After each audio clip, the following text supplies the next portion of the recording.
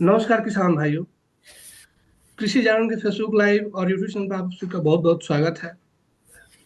आज जो हमारे साथ जो जुड़े हुए हैं एक युवा किसान है, जैसा कि आप देख भी पा रहे हो। और ये युवा किसान होने के साथ साथ एक प्रगतिशील और सफल किसान भी है। मैं सफल किसान इसलिए कह रहा हूँ कि ये मौजूदा वक्त में 550 एकड़ जमीन पर जैविक खेती करते हैं, वो भी पंच महाभूतों के सहारे। तो आज की चर्चा में हम जानने की कोशिश करेंगे कि इन्होंने अपने खेती का विस्तार इतना कैसे किया।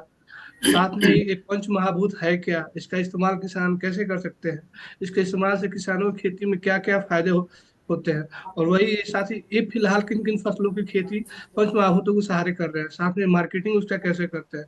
तो आज की चर्चा में लेखराम जी आपका बहुत बहुत स्वागत है। मैं चाहूंगा कि सबसे पहले आप अपना परिचय दें। नमस्ते विवेक जी। मेरा नाम लेखराम यादव है और एजुकेशन में मैंने मास्टर्स किया है बायोटेक्नोलॉजी से। और मुझे 6.5 ईयर का एक्सपीरियंस है मोलिकुलर बायोलॉजी का, like DNA fingerprinting, aflatoxin ओक्राटॉक्सिन testing, और जो एनएबीएल का जो इंटरनल ऑडिटर रहता है उसका भी टेक्निकल का जो है एक्सपीरियंस है। तो गुड़गांव के आप अंदर। जी जी सर, जी सर। जी जी कंटिन्यू। तो गुड़गांव के अंदर रहते हुए 6.5 साल में मैंने देखा कि यार यहाँ तो बहुत ही मुश्किल है। दिल्ली एनसीआर का जो वातावरण है वो बहुत ही ज़्यादा प्रदूषित हो गया है। और मेरा शुरू से था कि कुछ ना कुछ जो है गांव में ही रह के कुछ ऐसा किया जाए जिससे मतलब समाज का और जो है देश का और अपना सभी का जो है अच्छा काम हो सके। तो मेरे को शुरू से ही जो है ना ललक थी मतलब गांव में रहने की। इसलिए मुझे वो सिटी की तरफ जो है कभी भी मतलब कि ना सेट ही नहीं कर पाई। जी सर।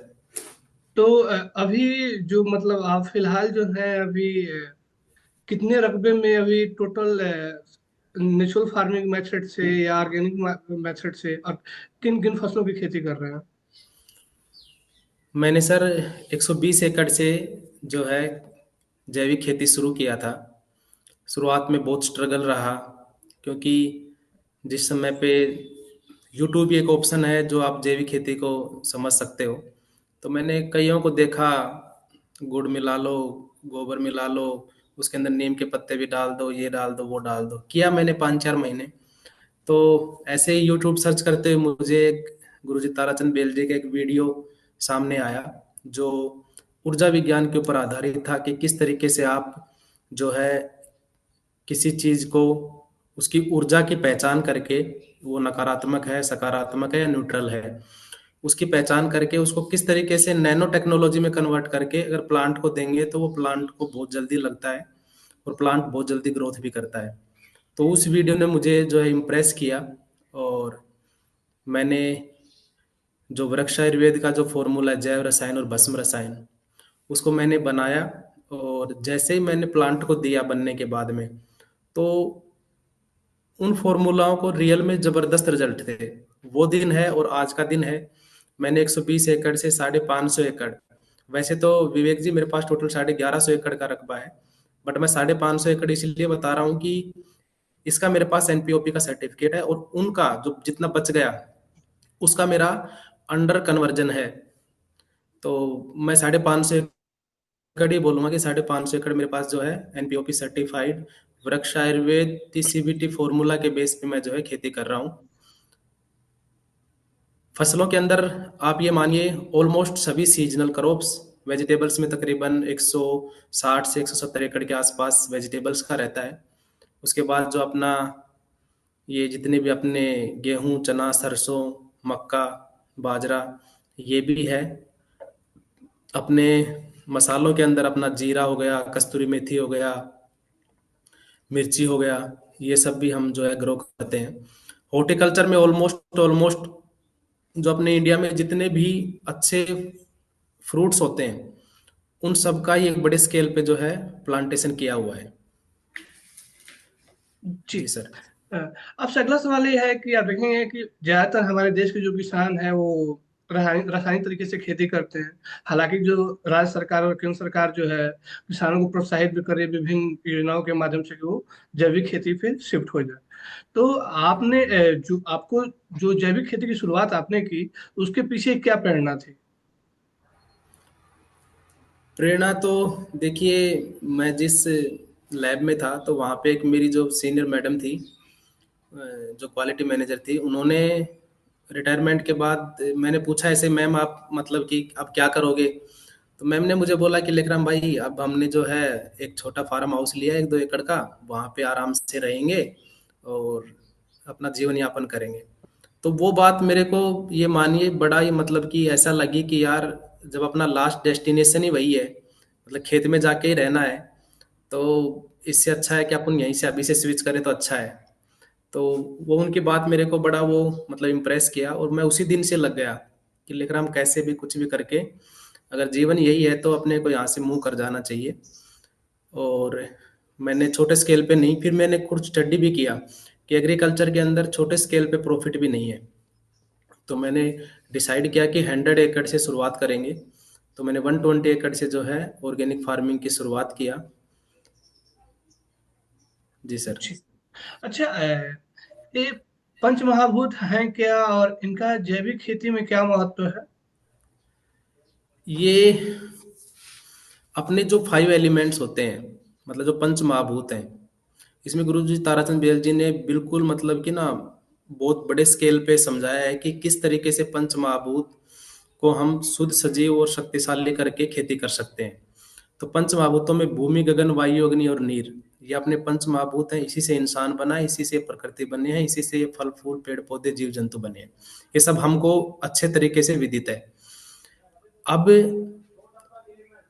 अपने जो अपना जो पुराना जो मतलब जो आधार है जीवन का, जो अपने पुराने जो लिटरेचर हैं, उनमें भी इसकी व्याख्या की गई है कि ये एक अपरा ऊर्जा है, अपरिवर्तित होने वाली ऊर्जा। भूमि, भूमि का भय, गगन का गय, वायु का वय और अग्नि का अय और नीर का नय, ये इन अगर इन सबको मिलाते हैं तो ये विवेक जी भगवान बनता है। इन सब का पहला पहला अगर मतलब हम इसमें से वो निकालते हैं अक्षर, तो ये भगवान बनता है। और इस भगवान से पूरी प्रकृति बनी है। ये अपरा ऊर्जा है, अपरिवर्तित होने वाली ऊर्जा। मतलब अगर हमारे अंदर, मैं भूमि की बात करता हूं, तो भूमि 1% है। इस प्रकृति में भी भूमि 1% है। भूमि का मतलब माता, गगन का मतलब पिता, वायु का मतलब प्राण, अग्नि का मतलब स्फूर्ति और नीर का मतलब जीवन। ये इनका मीनिंग भी है। और ये अपरिवर्तित ऊर्जा इसलिए है क्योंकि इस प्रकृति में 1% भूमि है। 1% भूमि का मतलब ये सजीव भूमि जिसमें कृषि होती है। इसको मिनरल एलिमेंट भी बोलते हैं, खनिज तत्व भी बोलते हैं इसको। तो ये जो भूमि तत्व है, ये 1% है। अगर 100 kg का आदमी को आप जलाएंगे तो उसकी जो राख बनेगी, तो वो 1 kg ही बनेगी। और इसका पूरा एक्सपेरिमेंट भी किया हुआ है कि ये रियल में 1% होता है। ऐसे गगन तत्व हमारे शरीर के अंदर भी 8% ही गगन तत्व है। मतलब गगन तत्व का मतलब होता है रिक्तता, खालीपन। और प्रकृति में भी जो है 8% ही गगन तत्व है। अब वायु की बात करते हैं। वायु मतलब जीवन, जो जीवन देने वाली है। तो जीवन देने वाली ऊर्जा जो है वायु, जो है ऑक्सीजन ही है, जिसको हम प्राण वायु भी बोलते हैं। ये इस प्रकृति में 21% है और हमारे शरीर में भी 21% ही है। ऐसे ही अग्नि, अग्नि 0.0003, ये इतनी है। अब उसके बाद बात आती है नीर की। नीर इस प्रकृति में भी 70% है और हमारे शरीर में भी 70% है। 70% जल है। तो ये सब मिलके 100% बनता है, जिससे जीवन बनता है, जिससे प्रकृति बनी है। अब इन इसके मतलब कि पंच महाभूतों से कैसे खेती की जाए, इसका तो व्याख्या देखिए, कम से कम गुरुजी ताराचंद बेल जी ने 3-3 दिन के, 4-4 दिन के शिविर में के ऊपर जो है पंच महाभूतों के ऊपर ही जो है उन्होंने अपने विचार रखे हैं। तो किसान भाई अगर ज्यादा देखना चाहते हैं तो ताराचंद बेल जी की पाठशाला यूट्यूब चैनल है, वहां जाके अच्छे से देखें कि कैसे कैसे पंच महाभूत काम करते हैं। अब इनको अगर हम आज के आधुनिक विज्ञान से विवेक जी अगर कोऑर्डिनेट करें, तो मोटा मोटा ये है कि माइक्रो न्यूट्रिएंट की कमी, या फिर जो अपने आयुर्वेदा वाले बोलते हैं कि कफ, पित्त और वात की कमी, इन तीनों की वजह से भी बीमार डिसबैलेंस होगा तो इनकी कमियों से भी बीमारी आएंगी। माइक्रोन्यूट्रिएंट की कमी प्लांट के अंदर होगी तो भी बीमारी आएंगी, पंच महाभूतों की कमी रहेगी तो भी बीमारी आएंगी। क्योंकि अगर देखिए, प्लांट का अगर अग्नि तत्व कम हो गया तो प्लांट कफज हो जाएगा, मतलब वो नाइट्रोजन फिक्सेशन कम करेगा, है ना। ऐसे अगर प्लांट में नीर तत्व की कमी हो गई, या प्लांट में नहीं, हमारी जमीन में अगर नीर तत्व की कमी हो गई, तो क्या होगा कि जो वापसा बनता है, मतलब प्लांट को जो न्यूट वो मिलना चाहिए, क्या नाम है, पानी मिलना चाहिए, वो उस स्पीड से नहीं मिल पाएगा।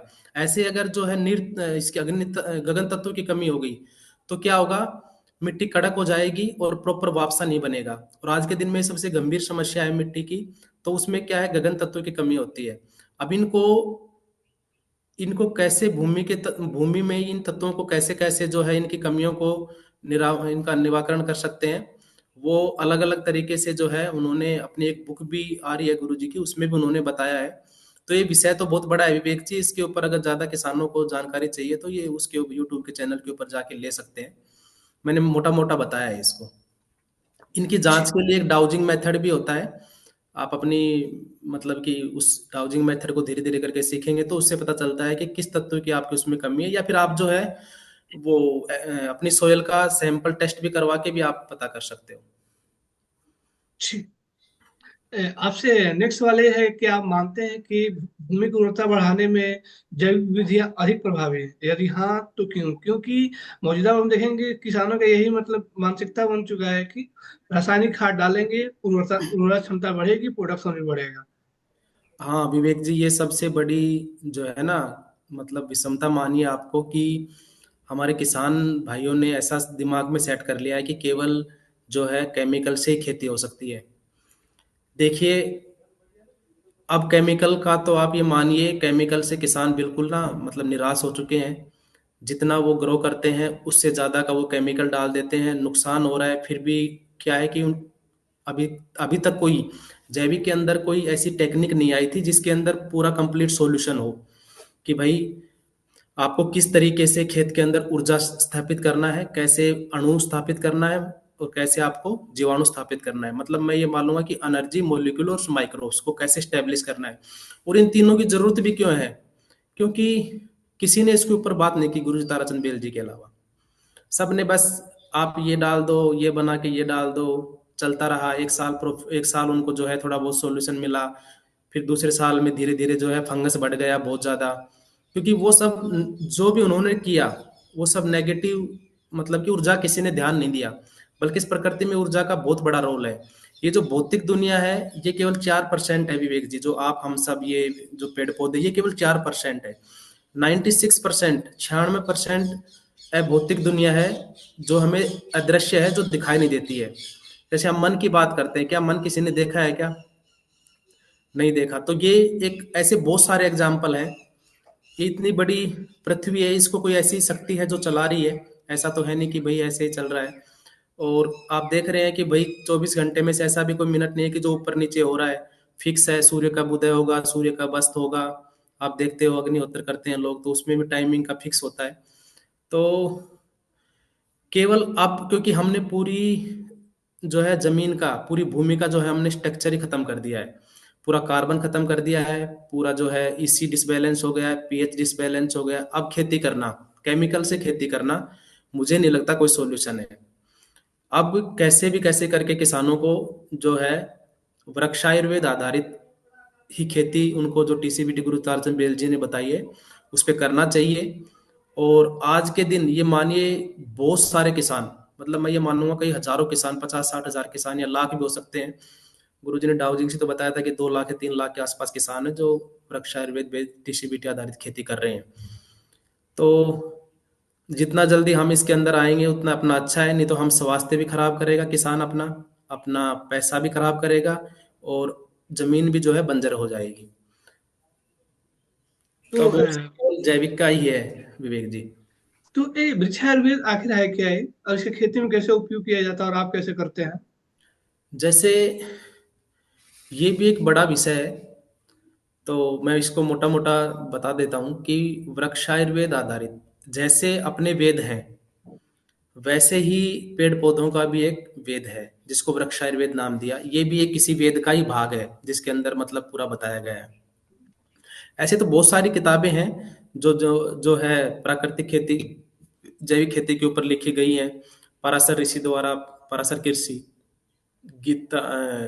गीता है, और कृषि विद किशस्व है, और वृक्ष आयुर्वेद भी है। तो वृक्ष आयुर्वेद में बहुत अच्छा मतलब अच्छे से बताया गया है।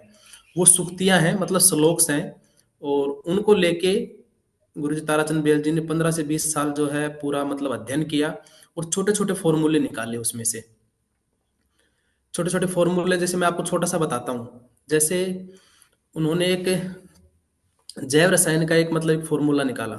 जैव रसायन में क्या है, एक रेशियो के अंदर आप एक एक किलो जो है गुड़, 3 किलो फल और 10 लीटर पानी, इसको एयर टाइट बंद करके आप रख दीजिए।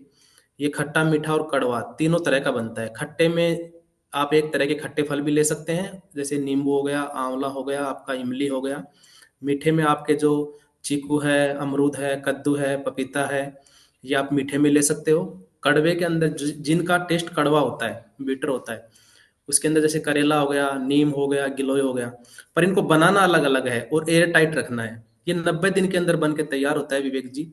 और किसान भाई इनका प्रयोग अलग अलग अवस्थाओं में कर सकता है। जैसे प्लांट की ग्रोथ करना होता है तो प्लांट को ग्लूकोज ज्यादा चाहिए होता है।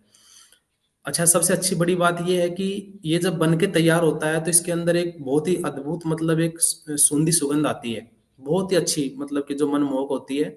और वो पक्षियों को भी, या फिर जो है जो पोलिनेशन में हेल्प करते हैं, मधुमक्खियां और जो इंसेक्ट्स होते हैं, उनको भी अट्रैक्ट करती है। तो ग्रोथ के लिए हमें, अच्छा, ये जो बनने के बाद तैयार होता है तो इसका टेस्ट करवाया गया कि इसके अंदर क्या क्या है। तो इसके अंदर जो है कार्बन है, इसके अंदर जो है ग्लूकोज है, इसके अंदर प्रोबायोटिक प्रोटीन्स है, इसके अंदर अल्कोहल रहता है जो इसको सड़ने से बचाता है। इसकी सेल्फ लाइफ भी 10 से 12 साल होती है। तो किसान भाई बनाए अच्छे से और इसको चलाए अपने खेतों में। ग्रोथ के समय पे जो है मीठा जैव रसायन चलाए। फ्लावरिंग लाना है तो 2 ml पर लीटर के हिसाब से स्प्रे करे, और 20 लीटर पर एकड़ के हिसाब से जो है सोयल एप्लीकेशन जमीन में चलाए। तो आपको आपका फ्लावरिंग भी अच्छा आएगा।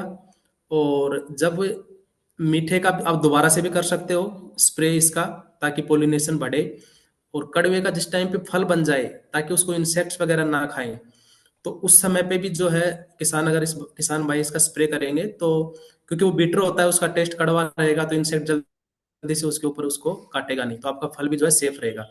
ये केवल मैंने आपको एक सिंगल सा फॉर्मूला बताया वृक्ष आयुर्वेद का, कि जैव रसायन ऐसे ही जो है भस्म रसायन है एलिमेंट्स की पूर्ति के लिए, माइक्रोन्यूट्रिएंट्स की पूर्ति के लिए।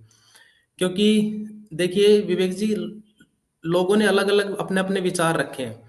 अगर प्लांट के अंदर सल्फर की कमी रहेगी, अगर हमारे अंदर सल्फर की, इंसान के अंदर सल्फर की कमी रहेगी तो फंगस आएगा। ऐसे प्लांट, जमीन में आपके सल्फर की कमी है तो फंगस आना ही आना है।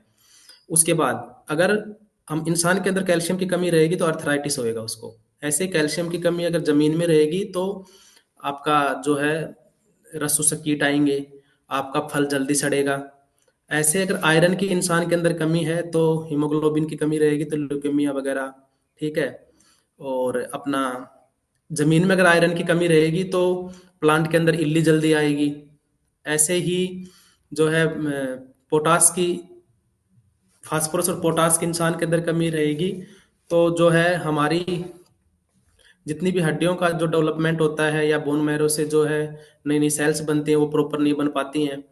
और फास्फोरस और पोटास की जमीन में कमी रहेगी तो तना सही से नहीं बनेगा, और आपके फ्रूट का साइज जो है वो प्रॉपर नहीं आएगा। तो हमें इस फिजिकल जो हम देखते हैं कि ये है, ऐसा कर ले ऐसा कर ले, इसके करने के बजाय हमें जमीनी स्तर पे, मतलब कि जो पंच महाभूतों को बैलेंस करके, जितने भी एलिमेंट्स मैंने मोटा मोटा बताए हैं, माइक्रोन्यूट्रिएंट्स और मेजर, ऐसे ऐसे नाइट्रोजन का रहता है, प्लांट जो है पीला पड़ जाएगा। फास्फोरस की रहेगा तो जो है तना सही से नहीं बनेगा, और जो है पत्तियां भी किनारों से पीली पीली रहेंगी।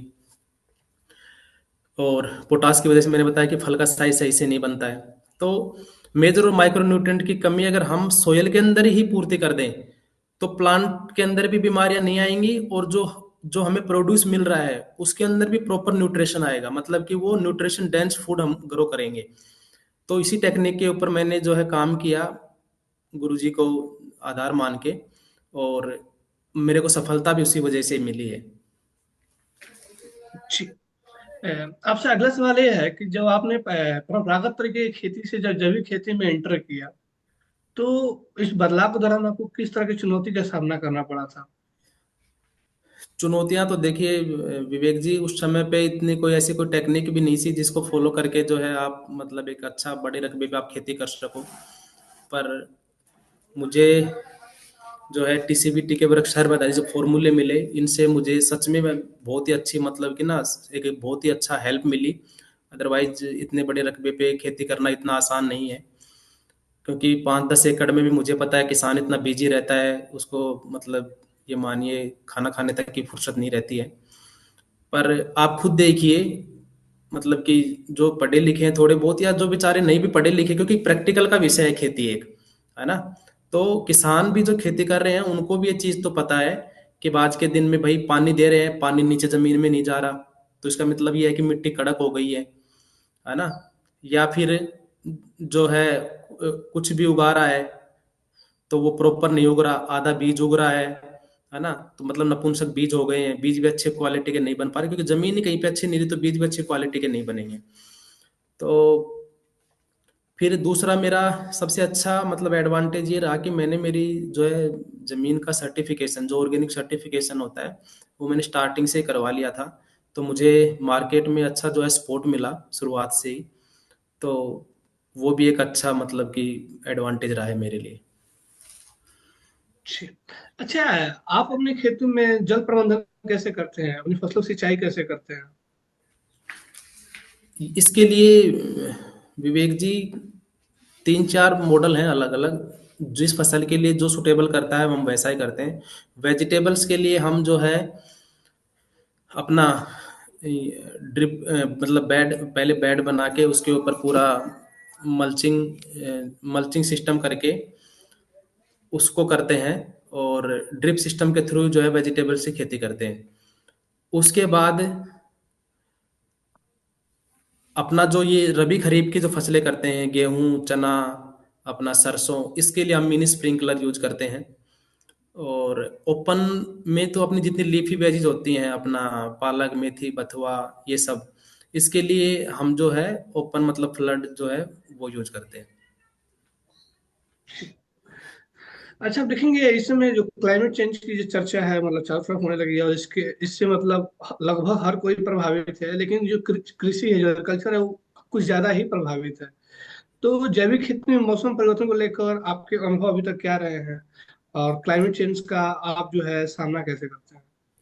इसका भी मैं आपको बताता हूँ विवेक जी कि खेती, जैविक खेती के अंदर फेल होने का कारण ये भी रहा है, क्योंकि हम उत्तरी भारत में रहते हैं, यहाँ पे बहुत तेज सर्दी और बहुत तेज गर्मी पड़ती है। सर्दियों में टेम्परेचर कई बार -1, -2, अपने जो फतेहपुर जो अपने सीकर के पास है, वहाँ का टेम्परेचर अभी 3-4 दिन पहले -2 डिग्री भी था, -1 भी था कल का, और आज का भी -1 है। तो इस पे खेती करना इतना आसान नहीं है। जितनी भी पिछली टेक्निकें मैंने यूज करी, पहली बात तो उनके अंदर कोई इस तरीके का कोई सॉल्यूशन ही नहीं है। गर्मी की मैं अगर बात करूं, तो गर्मी के अंदर भी अपने यहाँ उत्तरी भारत का स्पेशल राजस्थान हरियाणा का इस साइड का जो है, यूपी का जो एरिया है पश्चिमी, अपना एमपी का कुछ भाग है, गुजरात का कुछ भाग है, यहाँ पे तापमान जो है 45 से 48 डिग्री चला जाता है। उसमें खेती करना भी इतना आसान नहीं है। पर फिर भी इतने बड़े रकबे पे हम खेती कर रहे हैं, तो इसका मतलब है कि कुछ ना कुछ सॉल्यूशन है, तब ये खेती हो पा रही है। और क्लाइमेट तो आप ये मानिए बहुत ज़्यादा चेंज है। सभी ने हमने देखा है कि मानसून किस तरीके से कितना लेट था, और कितना मतलब कि बारिश हुई, एक्सपेक्टेशन के बाद से भी बारिश है, मतलब कि एक्सपेक्टेशन भी फेल हो रहा है आज के दिन में। तो क्लाइमेट के अंदर बहुत ज़्यादा चेंजेस है, किसान भाइयों के लिए बहुत ज़्यादा स्ट्रगल है। केवल और केवल वृक्षायुर्वेद बेस्ड टीसीबीटी के जो फॉर्मूले हैं, आप उनसे खेती कर सकते हैं या अपनी फसलों को बचा सकते हैं। तो एक छोटा सा दो फॉर्मूले बताता हूँ मैं आपको, गर्मी के लिए और सर्दी से प्रोटेक्शन के लिए। हमारे सभी फार्म्स के ऊपर अग्निहोत्र होता है। अग्निहोत्र एक ऊर्जा विज्ञान आधारित एक जो है हवन होता है। इसका आप गूगल करेंगे या गुरुजी ताराचंद बेल जी के उसके ऊपर जाएंगे पाठशाला के ऊपर, तो वहां पे आप प्रॉपर देखेंगे कि किस तरीके से एक एनर्जी का ओरा बनता है या प्रोटेक्शन का ओरा बनता है, कि आपके यहाँ पे बहुत ज्यादा आकस्मिक एकदम से जो है टेम्परेचर नहीं बढ़ेगा, बहुत ज़्यादा एकदम से सर्दी नहीं पड़ेगा, आपके प्लांट को जो है ऐसा फील नहीं होगा कि एकदम से उसको जो है स्ट्रेस में आ जाए वो। तो नित्य अग्निहोत्र करना चाहिए, वो स्वास्थ्य के लिए भी अच्छा है और वो पेड़ पौधों के लिए भी अच्छा है। ये पूरा एनर्जी साइंस है, कोई धर्म से कांड से कोई रिलेशन नहीं करना है इसको। मैं भी नहीं मानता था, पर जब इसके अंदर मैं घुसा, वो किया, तो सुपर डुपर रिजल्ट है। मतलब ये मानिए 40-50% अग्निहोत्र का रोल है, और बाकी आपका जो फिजिकल वर्क कर रहे हो 50% उसका रोल है खेती के अंदर। अब आती है गर्मियों में प्लांट को प्रोटेक्शन करने की। तो मैंने देखा कि किसी भी टेक्निक के अंदर ऐसा कुछ है नहीं जो जिससे प्लांट को गर्मी से बचाया जा सके, फ्लावरिंग को रोका जा सके, जो फल बना हुआ है उसको बर्न होने से बचा जा सके। तो गुरुजी ताराचंद बेल जी ने एक फॉर्मूला बनाया, मतलब इसका अमृत धारा। तो अमृत धारा जो मार्केट में मिलता है, इसके जो कंटेंट होते हैं पुदीना सत, अजवाइन सत और भीमसेन कपूर, ये इतने कॉस्टली होते हैं कि आपको कोई भी ओरिजिनल मार्केट में नहीं देगा। तो किसान भाइयों से मेरी रिक्वेस्ट यही है कि वो मार्केट में इन तीनों की इक्वल वॉल्यूम है। मतलब कि अगर आपको 100 ml बनाना है तो 100 ग्राम भीमसेन कपूर, 100 ग्राम आपका पुदीना सत, और 100 ग्राम पुदीना सत को मेंथोल बोलते हैं, और ऐसे ही अजवाइन सत होता है एक। इन तीनों को आप मतलब वो ऐसे वाइट मतलब उसमें रहता है फ्लेक्स में, आप उसको एक कांच की बोतल में डाल के और तुरंत बंद कर दीजिए। तीनों को इक्वल वॉल्यूम में मिला के 100-100 ग्राम, आपका 100 ml 300 ml जो है आपका वो बन जाएगा अमृत धारा। इसका आप केवल 0.5 ml पर लीटर गर्मी के दिनों में आप अपनी फसल के ऊपर स्प्रे कर दीजिए। प्लांट को फील ही नहीं होगा कि कितनी गर्मी पड़ रहा है, कितनी सर्दी, क्योंकि ये बहुत ही ज्यादा शीतलता प्रदान करता है प्लांट को। तो वृक्ष आयुर्वेद के अंदर ये भी डिफाइन है कि प्लांट को कैसे गर्मी सर्दी से बचाया बचाया जा सकता है। तो ये केवल विवेक जी जैविक खेती के अंदर ही संभव। आप देखिए ना, केमिकल खेती में कहाँ आपको लगता है कि ये सब चीजों का, वो तो उसी चीज को प्रोडक्शन प्रोडक्शन बढ़ाने में लगे हुए हैं। और ऐसी हालत हो गई है कि ना तो हम प्रोडक्शन ले पा रहे हैं, बढ़ाने की बात तो बहुत दूर की बात है, जो बेस प्रोडक्शन होता है हम उसके ऊपर भी नहीं पा रहे। आपने डाटा भी देखा होगा आईसीआर का कि कितने लाख हेक्टेयर एवरी ईयर, मतलब कि भूमि जो है वो इनफर्टिलाइज हो रही है, मतलब कि बंजर हो रही है। तो ये बड़ी सोचने की बात है, और जितना जल्दी हो सके जैविक खेती को अपनाने का एक विषय आ गया है इस समय पे। अ, किसानों को अब जैविक खेती अपनाने के लिए क्या सलाह देंगे? किसान को जैविक खेती के लिए देखिए, अभी हम 2025 में एंटर करने वाले हैं, और 24 और 23 में 22 में हमने ये देखा कि जिस भी बंदे का आप शुगर टेस्ट करवाने जाओगे किसी भी घर में, तो सबके शुगर है, आप करवा के चेक करवा सकते हैं। मतलब कि ऐसा हालत हो गई है। पहले यही जो डायबिटीज होती थी, ये किसी जो है तहसीलदार, कोई जो है बड़ी पोस्ट पे होता था उसके होती थी, क्योंकि एक स्ट्रेस लेवल होता है उस लेवल पे। पर आज के दिन हम देख रहे हैं कि ये मानिए हर घर के अंदर छोटे छोटे बच्चों के अंदर जो है इतने मोटे मोटे स्पेक्स चढ़ गए हैं, छोटे छोटे 3-3 साल 4 साल के बच्चों के अंदर डायबिटीज हो गई है। वो सब हम क्या खा रहे हैं उसके ऊपर डिपेंड कर रहा है। हम क्या खा रहे हैं, कैसा खा रहे हैं, कब खा रहे हैं। मतलब कि यम नियम आहार विहार प्रत्याहार ध्यान धारणा और समाधि, तो इसको भी हमें धीरे धीरे फॉलो करना चाहिए, अपने जीवन में अपनाना चाहिए कि क्या खाना है, कब खाना है, कैसा खाना है। ठीक है, क्योंकि आप देखते हो कि पशु पक्षी होते हैं, ये आप चाहे चिड़िया को, जहाँ इनको पक्षियों को आप रात को चाहे कितना ही खाना दे दो, कभी भी नहीं खाएंगे वो। तो वो लोग, और वो देखो कितना उनकी लाइफ कैसी होती है, कोई टेंशन नहीं होती है, फिर आराम से घूमते हैं। ऐसे इंसान को भी करना चाहिए। और अपनाने के लिए तो ऐसा है कि ये एक बहुत ही गंभीर विषय है। 2025 में हम आंकड़े देखेंगे तो ये मानिए हर दूसरे तीसरे घर में कैंसर मिलेगा विवेक जी, जिस हिसाब से हम चल रहे हैं। क्योंकि हमने अपनी पूरी जीवन शैली को ही अस्त व्यस्त कर दिया है। क्या खा रहे हैं किसी को, हमें किसी को भी कोई टेंशन नहीं है, बस मिल जाए। हम ये मानिए कि किसान भी भाई भी अब ये सोचने लगे हैं कि मैं केमिकल डालूंगा, मैं मेरे खेत का प्रोड्यूस नहीं खाऊंगा।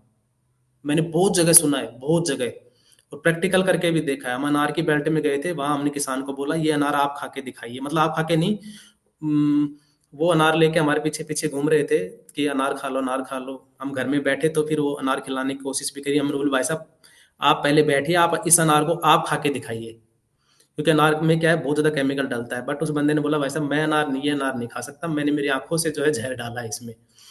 तो बोला दूसरे किसी खेत का ला दो। तो अब देखिए विडंबना की बात ये है कि हमें ये लगता है कि दूसरे ने केमिकल नहीं डाला होगा, बट केमिकल तो बहुत बड़े वृक्ष वृक्ष स्तर के ऊपर जो है केमिकल डाला जा रहा है। उपाय यही है कि हमें वृक्षायुर्वेद बेस्ड टीसीबीटी खेती करनी चाहिए। बहुत अच्छे अच्छे मॉडल जो है बन चुके हैं। मैं इसको प्रमोट इसलिए भी कर रहा हूँ, मेरा कोई स्वार्थ नहीं है, मैं आपको बताता हूँ पर मैं ये चाहता हूँ कि किसान अगर आप एक्सपेरिमेंट करने में घुसेगा तो वो दोबारा फेल होएगा, 100% फेल होएगा।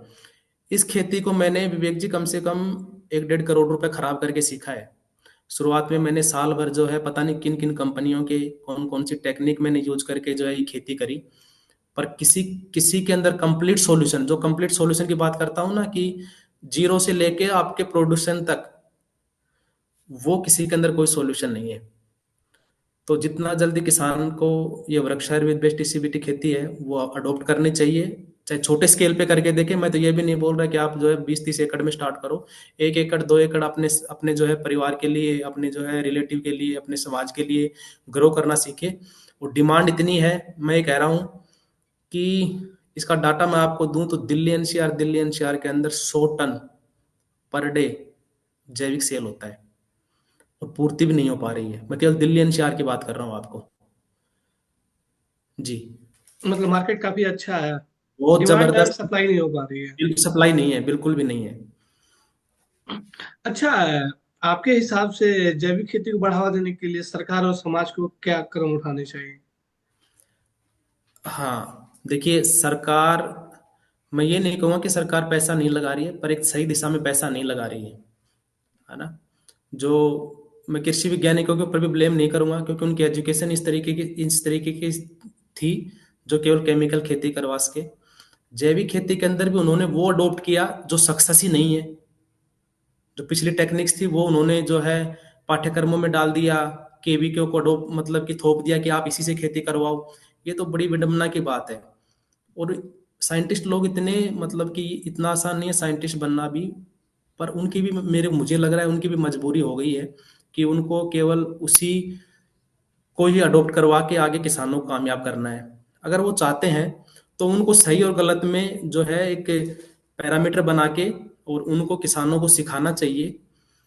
और जैसे मैं तो ये कहता हूँ कि एक तहसील, जैसे किसी कृषि विज्ञान केंद्र है एक तहसील के अंदर, उसको 4-5 अलग अलग फार्मर को अलग अलग क्रॉप के मॉडल बनाने चाहिए जैविक के।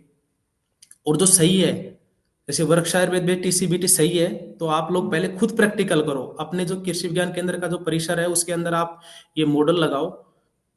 एग्रीकल्चर कॉलेजेस जो है जिनका जो कंट्रोल प्लॉट होता है उसके अंदर आप लगाओ, और पहले आप खुद उसको समझो कि यार इसमें इसके रिजल्ट हैं क्या। सारे मॉडल लगाओ, मैं तो ये नहीं कहता कि आप एक मॉडल लगाओ, सभी मॉडल लगाओ, और फिर उसमें से चूज करो कि ये मॉडल किसान के हित के लिए है। क्योंकि 1.5-2 लाख रुपए सैलरी लेने से अब कुछ नहीं होगा। किसान भी बेचारा बहुत हताश हो चुका है। गवर्नमेंट भी जैविक खेती को कराने के लिए मतलब कि पैर पीट रही है, पर सफलता नहीं मिल रही है। तो जितना जल्दी हो सके कंट्रोल प्लॉट लगा के और किसानों को ट्रेनिंग दें कि आपके लिए ये बेस्ट है। देसी गौ माता को बढ़ावा दें, क्योंकि आज के दिन ये भी उल्टा हो गया है विवेक जी। पहले गौ माता दान दी जाती थी, गोदान सबसे बड़ा दान होता है। तो दान इसलिए देते थे कि ये जो है जिस घर में जाएगी गौ माता, परिवार का जो है पालन पोषण करेगी, और उससे के जो उसका जो पंचगव्य होगा उससे जो है खेती भी होगी। मतलब कि एक गौ माता एक परिवार को पाल रही होती है। आज के दिन में उल्टा हो गया, हमने गोचर भूमियां खत्म कर दी हैं, गौशालाएं बना दी हैं। अब गौशालाओं को चलाने, गौ माता को मतलब कि चारा खिलाना है, और भी चीजें करनी है, उसकी देख रेख करनी है। तो उसका उल्टा हो गया, दान से जो है वो चलने लग गई हैं, गौशालाएं चलने लग गई हैं। मतलब कि जो गौ माता एक पूरे समाज को, परिवार को चला रही, देश को चला रही होती थी, आज ऐसी नौबत आ गई है कलयुग में कि गौ माता को जो है मतलब सरवाइव करने के लिए दान लिया जा रहा है। तो ये भी एक उल्टा हो गया है। हमें गौ माता को बचाने के लिए मतलब कि प्रयासरत होना चाहिए। ये एक गंभीर समस्या है, गंभीर विषय है। अगर हर किसान इसको, गौ माता को अपने यहाँ पे रखे, तो दोबारा से जो है वही जो है मतलब उसी टाइप की खेती दोबारा से होने लगेगी और उसी तरीके का समाज भी डेवलप होने लगेगा। अभी आपके पास कितने पशु हैं? हमारे पास 107 जो है गोधन है, जिसमें छोटे बड़े सभी मिला के हैं, और इसके बिना खेती करना असंभव है विवेक जी। आप बाहर से इनपुट्स लाओगे, क्या पता क्या आ रहा है, क्या मिला के दे रहा है। माइक्रोब्स के अंदर आपको लग रहा है कि 5 दिन के अंदर आप आधा लीटर को फर्मेंट कर लो, उसी को 1-1 लीटर की बोतल में भर के आप 200 लीटर बेच दो, कुछ भी पता नहीं चलेगा। आप खुशबू लेके देखोगे वही है, टेस्टिंग करवाओगे तो आपको पता चलेगा। अब हर कोई टेस्ट भी नहीं करवा सकता है कि भाई माइक्रो टेस्ट कहाँ पे होता है ना, किस कंडीशन में होता है, किस टेम्परेचर पे होता है। इसके लिए बहुत सारी चीज जिम्मेदार है। हम हमारे पास गौ माता रखेंगे, पंचगव्य बनाइए, अच्छा सजीव जल बनाइए, छोटे छोटे फॉर्मूला है, ICN रेशो घोल बनाइए, इतने अच्छे अच्छे छोटे छोटे फॉर्मूला है। ठीक है, गगन तत्व की आपको पूर्ति करना है, आप जो है 50-60 लीटर प्रति एकड़ अपना गौमूत्र चला दीजिए। देखिए पानी नहीं है खेत आपके बोरवेल के अंदर, अमावस्या पूर्णिमा को जो है गौमूत्र चलाइए, क्योंकि गौमूत्र जो है जीरे खोलने में हेल्प करता है। अग्निहोत्र की भस्म एक्टिवेटेड चारकोल होती है। तो देखिए साइंटिफिकली है ये सब चीजें विवेक जी, है ना। और अपने जो पुराने जो अपने जो ये क्या बोलते हैं अपनी जो विद्या है, इसमें हमें आना ही पड़ेगा। बाहर की कंट्री आप जर्मनी देखिए, अपने ऑलमोस्ट ऑलमोस्ट अपने जितने भी पुराने अपने जो ग्रंथ हैं उन सब के ऊपर स्टडी कर रहा है, और हम अपने ज्ञान को भूलते जा रहे हैं। पहले मुझे भी ये सब ढोंग लगता था, परंतु मैं जब इसके अंदर घुसा तो मैं ये कहता हूँ अपना जो पुराना जो पुरातात्विक जो ज्ञान है उससे बेस्ट कुछ भी नहीं है। ठीक। अभी आपका एनुअल टर्नओवर कितना है इन सब चीजों से? ये विवेक जी 12.5 करोड़ था पिछले साल का, इस साल का 17 के आसपास करोड़ कर चुका है। 2-3 यूनिट अभी हमारी स्टार्ट होने वाली हैं, जैसे लो RPM पे जो हमारे पास जितने भी हमारे प्रोड्यूस होंगे वो बनेंगे। और इसके अलावा अभी एक 56 भोग वाटिका का एग्रो टूरिज्म मॉडल है, वो भी पूरा साइंस बेस ही है कि आपको। अच्छा, वृक्ष आयुर्वेद के अंदर मैंने एक चीज और देखी कि क्या पौधा लगाने से इंसान को क्या फल मिलेगा, क्योंकि एक पौधे को पालना 10 बच्चों के पालने के बराबर होता है। एक पौधे को पालना ये हमारे ग्रंथों में लिखा गया है, और हमने भी देखा है कि सच में एक पौधे को पालना एक मतलब कि बच्चे से भी ज्यादा केयरिंग करना पड़ता है उसका।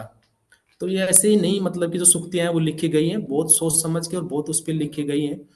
देखिए आगे की डिमांड तो ये विवेक जी रहने वाली है। पैसे वैसे तो भगवान ने दिए हैं बहुत सारे अभी तक, और भगवान देगा भी, पर पैसे कमाने का भी एक तरीका होता है। मैं भी किसान भाइयों से यही कहूंगा कि आप किसी को जहर खिला के जो है पैसा नहीं कमा सकते, वो पैसा फलीभूत नहीं होता है, रियल में नहीं होता है। हमने हर तरीके से करके देखा है। एक गुटखा बेचने वाली कंपनियों से जो पैसा आता है एक आप उसको देखिए, शराब वाली कंपनी जो पैसा आता है आप उसका देखिए कि कहीं पे आपको लगता है कि ऐसे कुछ हुआ होगा। और एक वही जो अच्छे काम के लिए जो समाज समाज हित देश हित के लिए जो लोग काम करते हैं, पर्यावरण के लिए जो काम करते हैं, एक उनका जो है पैसा जो मिलता है उसका एक अलग ही वैल्यू होता है। अच्छा, आपके ब्रांड का क्या नाम है? हमारे ब्रांड का नाम हमने वैसे तो UB organic India private limited ही रखा है, और अभी तक तो कोई ब्रांड का ऐसे कुछ हमने मतलब प्रचार प्रसार नहीं किया है, पर अभी धीरे धीरे करके देखते हैं, करेंगे। अ, अब आपसे आखिरी सवाल यही है कि जो कृषि ज्ञान से जुड़े जो पाठक हैं, दर्शक हैं, कृषि ज्ञान के मन से अपने अनुभव के आधार पर, एक युवा किसान है आप, क्या अपील करना चाहेंगे? देखिए मैं तो ये कहूँगा कि विवेक जी, कृषि जागरण ने अभी मैं पिछले 2 साल से मुझे जो है जैविक का मिलेनियर फार्मर अवार्ड मिल रहा है। तो मैं कृषि जागरण को बहुत बहुत शुभ मतलब धन्यवाद करता हूँ कि कृषि जागरण की पूरी टीम ने, डोमिनिक सर ने, मैडम ने, और आप लोगों ने ये मानिए एक अलग ही सोच रख दी। अलग ही सोच का मतलब वही है, मैं आपको जो बता रहा हूँ कि भाई जैविक खेती के अंदर कौन सी टेक्निक है जो जिससे आप खेती करो। ऐसे ही अगर मैं ये बात करूं कि इंडिया में ऐसी कौन सी जो है संस्था है या कौन सी ऐसी जो है एक समाज हित और देश हित जो किसान को एक अच्छे लेवल पे देख सके, क्योंकि किसान बेचारा बहुत ज्यादा हताश हो चुका है। आपने केवल उसको समझा कि किसान का जो है मनोबल कैसे बढ़ा बढ़ा सके हम, तो आपने जो मिलेनियर फार्मर जो मिलेनियर जो अवार्ड होते थे जो कभी बॉलीवुड टॉलीवुड हॉलीवुड वगैरह के एक्टर एक्ट्रेस को मिलते थे, तो कृषि जागरण ने किसान भाइयों के लिए, हम जैसे किसान भाइयों के लिए लाल कारपेट बिठा बिछा दिए थे। और वो जो सीन था वो सच में जो है, मतलब एक किसान के जो जीवन का एक अद्भुत मतलब क्षण होता है, उनमें से था वो। मैं आप पूरी टीम को बहुत बहुत बधाई देता हूँ। और मैं किसान भाइयों से यही अपील करता हूँ कि आप लोग जैसे खेत में काम करते हैं, ऐसे ही ये जो कृषि जागरण की टीम है, ये हम सब के विचारों को एक दूसरे तक कनेक्ट करने में, हम सबको एक दूसरे से किसान भाइयों को मिलाने में जो है दिन रात लगी रहती है। आप लोग स्वस्थ रहें, ऐसी मैं भगवान से कामना करता हूँ। और मैं जितने भी अपने नौजवान साथी हैं, मैं उनको यही कहूँगा कि कोरोना में आपने देखा होगा, हम लोग अपने जो है समाज को, अपने गांव को, मतलब हम उससे छूट गए थे। पर कोरोना में जब हमने मुसीबतें झेली, वापस हम रिटर्न जो है गांव की तरफ आए, और हमारी वो ही मातृभूमि में दोबारा लग गए, जुड़ गए कि यार यही है सब कुछ। तो नौजवान साथियों से यही कहूँगा कि आप छोटे से स्केल पे जो है शुरू करो, ये फ्यूचर है। और डिमांड आनी आनी है, श्योर है, 100% हर इंसान को जैविक खाना ही पड़ेगा। आप जितना जल्दी इस चैन में जुड़ेंगे, सबसे अग्रिम रहेंगे, सबसे आगे रहेंगे। तो आप लोग आइए। और आप लोगों को मेरे से भी जो मतलब कि चाहिए, हेल्प चाहिए खेती से रिलेटेड या सेल से रिलेटेड, बेचने से रिलेटेड भी, मैं आप लोगों की हर तरीके से हेल्प करूंगा। कृषि जागरण के माध्यम से मैं आप सभी को यही बताना चाहता हूँ। धन्यवाद। लेकिन हम जब निसंदेह आज की चर्चा जो रही है काफी सारगर्भित रही है। और ये भी उम्मीद करता हूँ कि जो भी किसान इस चर्चा को सुन रहे होंगे और जब इसको रिटर्न फॉर्मेट मैगजीन में इस स्टोरी को पब्लिश करेंगे, पढ़ेंगे, तो जरूर इससे लाभान्वित होंगे। इसी के जी साथ इस चर्चा को मैं यहीं पे समाप्त करने जा रहा हूँ। और ये भी उम्मीद करता हूँ कि आगे भी आप यूं ही कृषि से जुड़ेंगे और कृषि से संबंधित लाभकारी जानकारी हमारे किसान भाइयों को मुहैया कराते रहेंगे। तो कृषि से जुड़ने के लिए आपका बहुत बहुत धन्यवाद। नमस्कार। जी जी विवेक जी, बहुत बहुत धन्यवाद आप सभी का।